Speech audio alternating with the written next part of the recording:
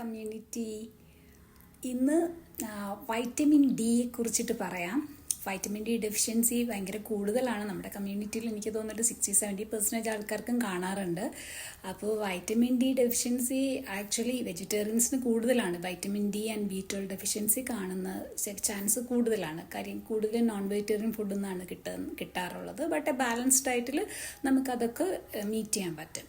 Vitamin ഡിയുടെ ശരിക്കുള്ള source എന്ന് പറഞ്ഞാൽ സൺലൈറ്റാണ്. സൺലൈറ്റിൽ നിന്നാണ് നമുക്ക് ഒരു 20 മിനിറ്റ്സ് നമ്മുടെ ബോഡിയിൽ സൺലൈറ്റ് വീഴുമ്പോഴാണ് വൈറ്റമിൻ ഡി കിട്ടുന്നത്. അതുപോലെ തന്നെ ചക്രാസൊക്കെ ആക്ടിവേറ്റ് ആകാനും എന്തെങ്കിലും ബ്ലോക്സ് ഉണ്ടെങ്കിൽ ക്ലിയർ ആവണം, എനർജി ക്ലെൻസിങ്ങിനൊക്കെ സൺലൈറ്റ് ഭയങ്കര ഹെൽപ്ഫുള്ളാണ്. അപ്പോൾ കുറച്ച് നേരം സൺലൈറ്റ് കൊള്ളാൻ ശ്രമിക്കുക പറ്റുകയാണെങ്കിൽ. അപ്പോൾ അത് ഭയങ്കര ആവശ്യമാണ്.